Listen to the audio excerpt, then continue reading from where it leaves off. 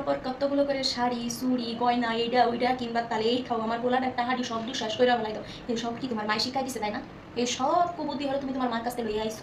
তোমরা এমন একটা ভাব করো বৌমা, মনে হয় কি তোমার বিয়ের সময় তোমার মায় আমার পোলাটার জন্ম দিয়ে দিছে, হেঁটে তুমি গাড়িতে বেঁধে লইয়া আইছো।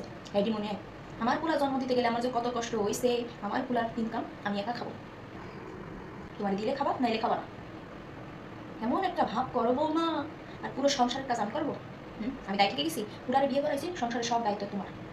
বছরে 2টা কাপড় দিব, এই কাপড় পরবা আর পেটে ভাতে চলবা। আমার সংসারে এসে কোনো রকম কোনো নাপিতগিরি করতে চাবা না। ছেলে আমি খুব কষ্ট করে মানুষ করছি, খুব কষ্ট হয়েছে আমার ছেলেটা আমার মানুষ করতে। কথাটা সবসময় মাথায় রেখো, আমি মাথার ঘাম পায়ে ফেলে আমার ছেলেটা নিয়ে মানুষ করছি। আর তোমরা আজকালকার বউরা এমন একটা ডম করো, মনে হয় কি বিয়ের সময় তোমার মায়ের জন্ম দিয়ে গেছে, এটি তুমি আসলে গিট্টে বেঁধে লইয়া আইছো।